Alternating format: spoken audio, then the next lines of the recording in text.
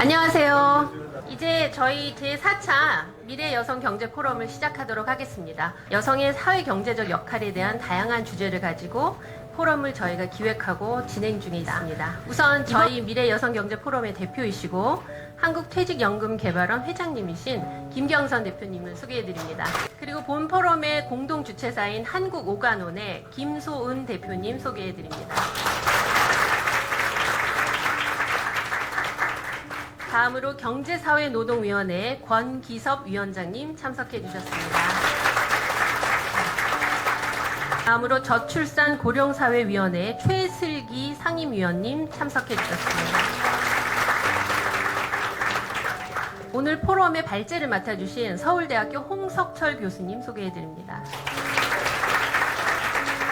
그리고 오늘 토론회 좌장을 맡으신 숙명여자대학교 권순원 교수님 소개해 드립니다. 이어서 저희 여성 리더 네트워크의 정선미 대표님 소개해 드립니다. 그리고 저희 여성 리더 네트워크 지영림 대표님 소개해 드립니다. 이어서 저희 미래 여성 경제 포럼의 김경선 대표님께서 오늘 시작을 알리는 개회사를 해주시도록 하겠습니다. 안녕하십니까. 미래여성경제포럼 대표 김경선입니다. 현재 대한민국은 저출생이 아니라 초저출생, 초고령사회입니다. 그만큼 대응책 마련이 시급하다는 것입니다. 합계 출산율을 높여도 당장 감소하고 있는 생산연령 인구의 축소를 막을 수가 없습니다. 이에 대한 가장 신속하고 효과적인 대응책은 여성 경활률을 선진국 수준으로 높이는 것입니다. 우리나라의 대부분의 경제지표들이 이미 선진국 수준으로 높아졌습니다. 그런데 지속적으로 개선되지 않고 있는 것이 바로 여성 경활률입니다. 출산과 육아에 대한 부담을 엄마 아빠가 함께 나누고 사회가 함께 나눌 때 여성 고용률은 출산율과 함께 높아질 수 있습니다. 최근 저출생 문제로 시달리고 있는 우리 사회에 담비 같은 오늘 토론회가 될 수 있기를 기대합니다. 감사합니다. 한국오간원의 김소은 대표님의 환영사가 있겠습니다. 말씀 주신 것처럼 오늘 포럼은 우리 사회 가장 시급한 과제인 이러한 그 초저출생, 초고령 사회에 대응한 어떤 해결책으로서 여성들이 건강한 일상을 유지하고 사회경제 활동에 적극 참여할 수 있도록 지속 가능한 방안을 모색해 보고자 이렇게 오늘 이 자리처럼 정부와 기업 그리고 학계와 이제 여러 단체들이 함께 여성의 경제활동 참가율을 높이고 고용의 질을 또 향상시키고 다양한 측면에서의 어떤 사회적인 경제적인 지원을 논의하는 이런 자리가 이제 많이 마련되고 추진되게 됨을 굉장히 기쁘게 이제 생각하고요. 오늘 포럼이 이러한 노력을 더욱 가속화하는 그런 밑거름이 되기를 기원합니다. 감사합니다. 네, 이어서 내빈 여러분의 축사가 있겠습니다. 먼저 장관급인 대통령 소속 경제사회노동위원회 위원장을 맡고 계신 권기섭 위원장님께서 축사를 해주시겠습니다. 안녕하십니까. 경제사회노동위원회 위원장 권기섭입니다. 우리 사회가 초저출생 또 초고령화 사회라는 이제 유례없는 위기에 직면을 해 있고 모든 사람들이 공통적 인식을 하고 있는 것 같습니다. 결국 다 아시겠지만 저출생 또 인구 감소 그다음에 노동력 부족이라는 이런 악순환의 고리를 끊을 수 있는 것은 결국 여성의 경제활동 참가율을 높이고 그다음에 여성 인력을 효과적으로 활용하는 것이 어떻게 보면 가장 중요한 전략이 아닐까 이렇게 생각을 합니다. 여성의 경제활동 참가율을 선진국 수준으로 높일 수 있다면 2040년대까지 생산 가능 인구의 부족과 그리고 잠재 성장력 저하를 막을 수 있다는 연구 결과도 있는 것으로 알고 있습니다. 오늘 포럼에서 여러 전문가와 관계부처들이 주신 의견과 지혜도 귀담아 듣도록 하겠습니다. 다시 한번 포럼 개최를 진심으로 축하드립니다. 감사합니다. 다음은 차관급인 대통령 직속 저출산 고령사회위원회 최슬기 상임위원님의 축사를 청해 듣도록 하겠습니다. 안녕하십니까. 여성의 일자리가 중요하고 또 한국의 이런 저출산 문제가 심각하다는 문제는 다들 이미 공감하고 있는 문제라고 생각을 합니다. 일가정 양립이라는 이슈가 정말 중요한 관건이 된다라고 생각할 수 있을 겁니다. 일과 육아는 사실 둘 다 어렵고 장기적인 과제입니다. 많은 나라가 그 어려움을 겪는 과정에서 출산율이 떨어지고 여성 고용률이 떨어지는 일을 경험했습니다. 그러다가 선진국들 중심으로 이제 출산율도 반등하고 여성 고용률도 올라갔죠. 우리나라는 지금 계속 떨어지고 있는, 이 출산율이 더 떨어질 수 있을까 싶은 정도로 좀 낮아져 있는 상황입니다. 그래서 선진국처럼 좀 힘들긴 힘들더라도 그래도 일도 할 수 있고, 또 힘들지만 또 아이도 낳을 수 있는 사회가 되려면 어떻게 해야 될 것이냐라는 것이 어떻게 보면 우리에게 지금 주어져 있는 과제라고 생각이 듭니다. 오늘 이 자리가 또 그런데 도움이 될 거라는 자리라고 생각을 하고요. 저희도 열심히 할 테니 많이 도와주시기 바랍니다. 감사합니다.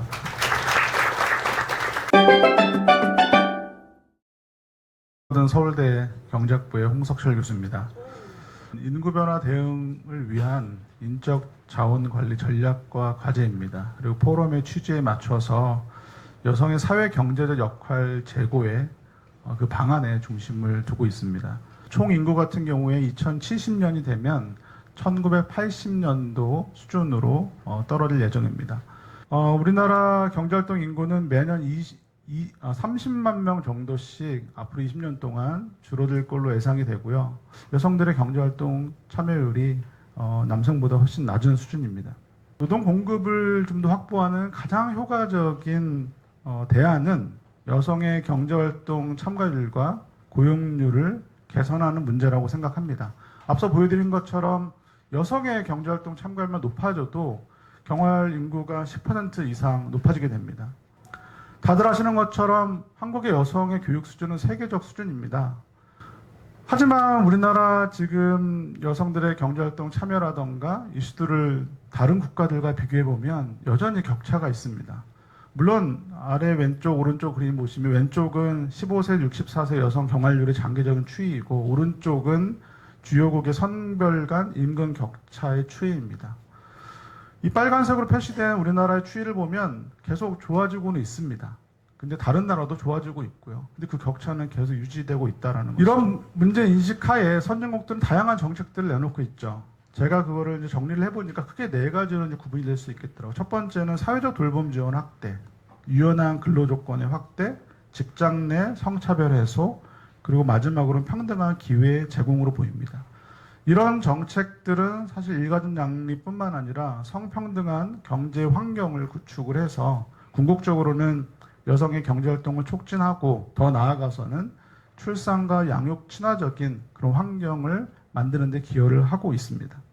우리나라가 1987년도에 남녀 고용 평등과 일가족 양립 지원에 관한 법률을 제정한 이후에 여러 가지 남녀 평등한 기회 제공, 모성 보호 이런 정책들이 계속 확대되고 있습니다.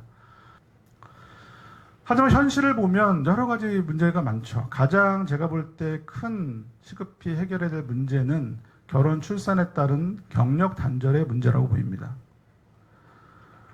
그 2015년이 제 생각에는 이 초저출생 문제의 어떤 전환점이었어요. 2015년이 되면 20대 후반의 여성들의 고용률이 남성을 앞서 나가기 시작합니다. 지금도 여성 고용이 높아요.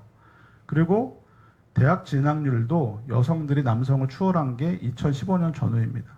이 30대 여성의 경력 단절 사유의 대부분이 육아, 임신, 출산, 결혼입니다.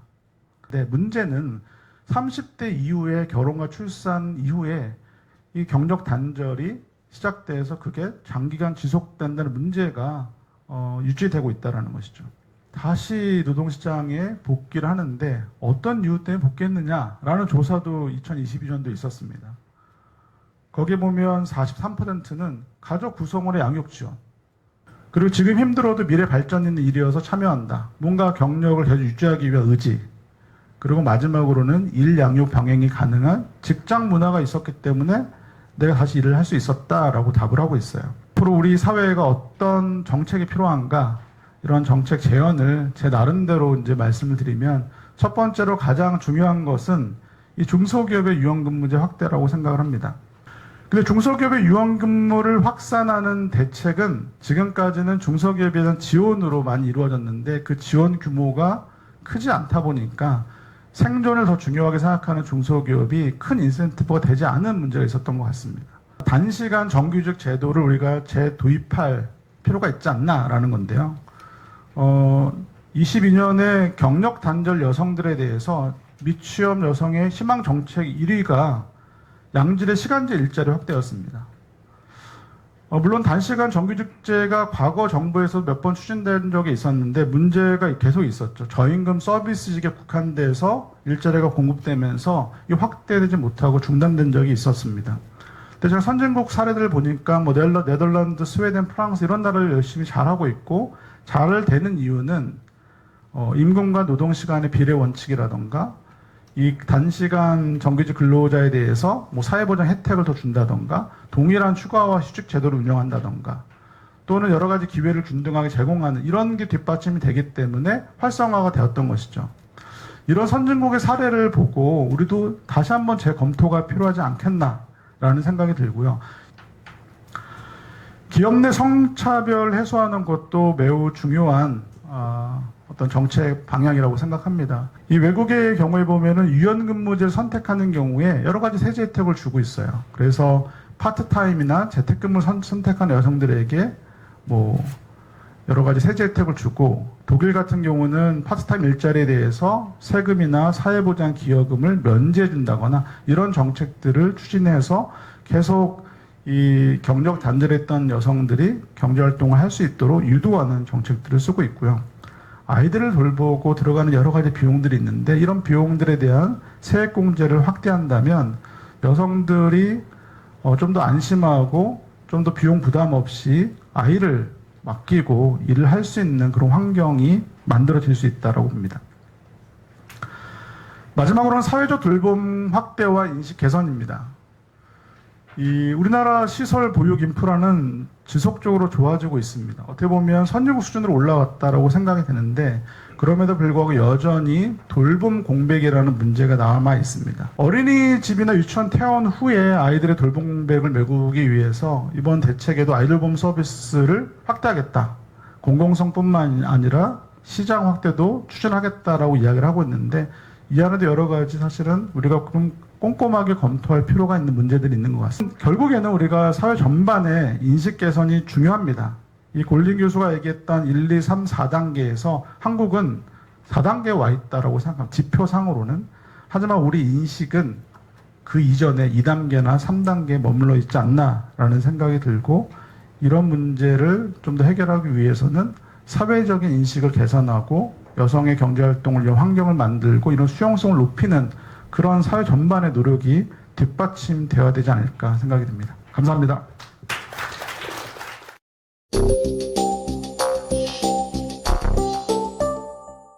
사회 맡은 숙명여대 권순원 교수입니다.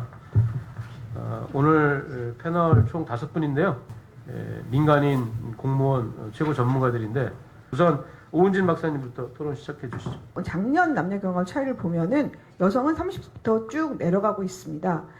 혼인도 자꾸 늦어지고 있고 혼인 연령이 32세, 33세로 가고 있고 혼인을 해도 아이를 낳지 않는다고 하는데 그러면 왜 여성들은 경제활동 노동시장에서 탈퇴할까? 그런 경력 단절 문제가 굉장히 심각한 건 사실이지만 아까 뭐 4.4%가 그것을 제거하고도 여전히 남아있는 그 격차는 직종 분리 현상, 임금 격차 여기에 기인한다고 봅니다. 그리고 이것이 또 사실상은 경단을 유도하는 중요한 요인이 되기도 합니다. 이거를 해결하기 위해서는 노동시장 전체의 변화가 필요한 거죠. 그러니까 여성 경제활동 참여를 확성하기 위해서 여성을 대상으로 하는 정책만 해서는 해결이 되지가 않습니다. 전반적인 구조를 바꾸는 정책이 선행되어야 한다고 생각하는데 그리고 더 심각한 것은 결혼을 하지 않는다는 데 있다라고 볼 수 있습니다. 그런데 결혼을 왜 안 할까라는 건 여러 요인이 있지만 저희는 뭐 아이 키우기 힘들어서 뭐 결혼하면 여러 가지 있어서라고도 있지만 제가 이제 인터뷰를 해서 보면은 사실 청년층이 자녀를 낳고 키우는 것에 대해서 굉장히 무지합니다. 그래서 저는 이 부분에 대해서는 부모 교육이 좀 지금보다는 더 강하게 들어가야 된다는 생각이 들고요. 제도 있고 인센티브도 있었습니다. 그런데 이게 동시에 같은 힘으로 정책이 이루어져야지 되지 이게 한 가지만 이루어져서는 이렇게 밸런스가 딱 유지가 돼야지 이게 어디에 더 치우쳐져서는 더 힘을 갖기는 어렵다. 그다음에 중소기업 관련해서 이제 홍 교수님이 유연근무제 여러 가지 해야 된다라고 했는데 다른 선진국에 비해서 특이합니다. 대기업과 원하청 관계로 구조가 되어 있거든요. 그래서 이거는 정부의 정책도 중요하지만 그 원하청 관계에 있는 대기업에게 일정 부분 의무를 주고 그 노무 관리에 대한 부분을 좀 해야 되는 것이 아닌가 이런 생각을 많이 했습니다. 안녕하세요. 소개받은 표지연입니다. 오늘 논의 주제 해법에 있어서 민간 기업의 역할이 중요하다는 측면에서 제가 이 자리에서 함께 하게 된 것 같은데요. 저희 회사는 임직원의 여성 비중이 높은 편입니다. 전체 247명 중에 47%, 그리고 부장급 이상은 54%, 임원진은 10명 중에 7명이 여성입니다. 여성 경력 유지의 핵심은 근무 환경의 유연성이라고 생각합니다. 저희 회사는 선택근로 시간제도를 운영하고 주 2회까지 재택근무를 하고 있습니다. 중요한 것은 개인의 라이프 사이클이나 가치관, 다양성을 존중한다는 그런 인식, 그리고 수평적이고 포용적인 문화를 직장 내에서 또 더 나아가서는 사회 전반적으로 만드는 것이 중요하다. 그래야만 제도가 효과를 발휘할 수 있다라고 생각이 들고요. 출산 육아라는 이 특정 시기에만 국한하는 것이 아니라 전 생애주기 관점에서 촘촘히 살펴보고 지원책을 마련할 필요가 있다고 생각하고요. 또 이에 대한 사회 문화적 이해와 인식 개선도 필요할 것 같습니다. 현재 주요 선진국들에서는 이미 이러한 관점에서 여성 건강 증진과 성별 불평등 해소를 위해서 국가 차원의 전략을 세워나가고 있는 것으로 알고 있습니다. 우리나라도 초저출생을 극복하고 초고령화 사회에 대응하기 위한 정책 전략에 이러한 관점이 반영될 필요가 있다라는 말씀을 드리면서 마치도록 하겠습니다. 네, 감사합니다. 고맙습니다. 네, 한국은행 조사국의 오삼일 팀장입니다. 오늘 우리나라에서 노동 공급을 꾸준히 추가로 할 수 있는 영역은 이제 여성밖에 없는데, 하지만은 어떤 팬데믹이 또 여성 노동 공급을 증가시킨 어떤 트리거로 좀 작용하는 측면이 있지 않을까. 젊은 여성 고학력자들이 엄청 많이 늘어나게 됩니다. 그러니까 취업자로 많이 유입이 되는, 그러니까 늘어나게 되는데, 여성이 절대적으로 많은 게 아니라 상대적으로 많은 그런 산업이 더 좋아지면서 그 일자리가 좀 많이 늘어난 것도 있고, 남성이건 여성이건 이런 유연한 근무를 좀 더 많이 활용하게 되면서 여성이 좀 더 경제활동에 참여할 수 있는 여건이 좀 더 좋아진 환경이 아닌가. AI에 얼마나 노출되어 있냐, 그러니까 AI로 대체될 가능성이 높은 일자리가 얼마나 많으냐. 기본적으로 여성이 더 많습니다. 적극적으로 AI를 내가 활용해서 사용성 높여야겠다고 생각하면 오히려 여성들이 더 기회가 많은 거죠. 기술 변화나 팬데믹이 만드는 환경이 우리가 자생적으로 만든 건 아닌데, 이러한 조건들이 결과론적으로 여성이 노동 공급 확대하는데 아주 우호적인 환경이 마련된 게 아닌가. 국관 김상희 기자님 말씀. 네, 저부터 하겠습니다. 아시겠지만 6월 달에 저출생 추세 반등을 위한 대책을 발표했었습니다. 그때 그 핵심적인 그 분야가 일가정 양립, 주거, 돌봄, 양육 이 파트인데요. 그러니까 여기에서도 이제 일가정 양립이 핵심으로 들어와 있죠. 관련 정책들 고용부에서 쭉 해오고 있고, 사실은 이 저출생을 포함한 인구 이 정책들을 저출산 고령사회위원회에서 위원회 형태로 끌고 왔었는데, 이게 그 권한이 없는 자문기구다 보니까 사실은 한계가 많이 노정이 됐고, 그러면서 늘 언론에서 비판하는 게 뭐 얼마 기간 동안 380조나 부었다는데 효과는 없다, 여전히 대책은 백화점식으로 나열된다, 이런 지적들이 있어 왔습니다. 그래서 지금 현재 그 정부는 그 국회에 인구전략기획부 설립과 관련된 지금 법안을 조속히 개정해 주십사 지금 요청하고 있는데요. 인구정책을 총괄 조정하고 기획을 추진하기 위해서 부총리급으로 강력한 컨트롤 타워 기능을 부여하는 부처를 신설하고자 합니다. 현재는 저출산 플러스 고령사회 대응이라면 여기에다가 더 합쳐져서 인구구조 변동에 대한 그 대응까지 정책 범위가 넓혀지게 되고요. 이 부처가 앞으로 해야 될 구체적인 기능이나 역할에 대해서 의견이 있으시면 언제든지 주시면 경청하도록 하겠습니다. 이상입니다. 장중서 단장님이 오셨는데 중소기업은 거의 모르더라고요, 사실은요. 그래서 특히 그 중소기업을 사실 이런 제도를 이식하고 좀 확산시켜 나가려면 중소기업 사업주하고 이 제도를 쓰는 거에 대한 이해관계가 일치해야 되는데 중소기업 사업주는 사실 이런 제도를 활용하는 거를 거의 비용이라고 인식하지 베네핏이라고는 전혀 인식하지 못했던 게 현재까지 현실입니다. 이게요. 현장에 돌아다니면서 이 제도들을 실질적으로 활용할 수 있게 저희가 도와주고 있어요. 그래서 지금까지 실적을 보면은 한 7월 말 기준이긴 한데 한 600여 개 이상 기업이 지금 신청을 한 상황이고 저희가 지금 거기 가가지고 지금 뭐가 부족한지 또 뭐가 필요한지에 대해서 주로 얘기를 좀 나누고 있어요. 연말에쯤 되면은 아마 성과가 좀 나올 것 같아요. 그래서 이 중소기업 중에 저희가 변화하는 기업의 우수 사례를 좀 모아서 다시 컨퍼런스도 하고 그다음에 그걸 널리 좀 알리려고 하거든요. 추구하는 거는 한 50인에서 100인 사이, 그러니까 뭐 아주 작아서 좀 열악한 데도 안 되지만 어느 정도 좀 따라갈 수 있는 기업들을 좀 발굴해가지고 아까 말씀드렸다시피 지원금도 활용하고 그 다음에 일가족 양립 시스템을 구축하기 위한 취업규칙 개정 등 그런 시스템도 구축하고 이런 사례들을 발굴을 해가지고 우리 옆에 있는 중소기업이 한다, 따라 우리도 충분히 할 수 있다, 이런 좀 자신감을 심어주기 위해서 저희가 좀 노력을 하고 있습니다. 진짜 성장과 개혁이 선순환되는 그런 토대가 만들어졌으면 좋겠습니다. 오늘 토론회 모두 마치도록 하겠습니다. 수고하셨습니다.